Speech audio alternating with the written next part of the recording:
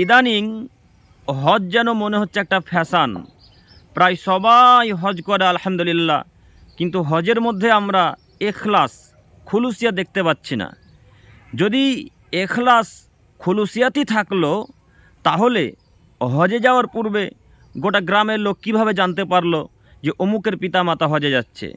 যদি এখলাসই থাকলো, তাহলে হজে যাওয়ার পূর্বে গরু কেটে, ছাগল কেটে, দুম্বা কেটে খানা দেওয়ার কি প্রয়োজন? আপনি কি লোক দেখাতে চাইছেন যে আমার পিতামাতা হজে যাচ্ছে বা আমরা হজে যাচ্ছি? আপনি তো আল্লাহকে দেখানোর জন্য হজে যাচ্ছেন, আল্লাহকে খুশি করার জন্যে। তারপর প্রথমেই তো গণ্ডগোল। আপনাকে দেখাচ্ছি আপনার পিতামাতা হজে যাবে, তার জন্য গোটা গ্রামের লোককে জানাতে হবে কেন? গোটা গ্রামের লোককে দাওয়াত দিয়ে গরু ছাগল কেটে খানার আয়োজন করতে হবে কেন? আপনার পিতামাতা হজে যাচ্ছে, ভালো কথা আলহামদুলিল্লাহ। তো আপনি গরু কাটার আয়োজন করলেন, খানার আয়োজন করলেন, ছাগলও কাটলেন, দুম্বাও কাটলেন।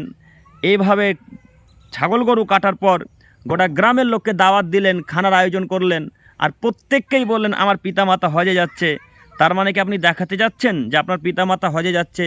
তো গ্রামের লোক জানুক। গ্রামের লোক যদি না জানে তো একটু কেমন কেমন লাগে যে অমুকের পিতামাতা হজে যাচ্ছে, অমুকের পিতামাতা আরও মক্কা মদিনা যাচ্ছে। গ্রামের লোক না জানতে পারলে হয়? তাই খানার আয়োজন করলে? খানার আয়োজন করাটাই তো হচ্ছে লোক দেখানো ইবাদত।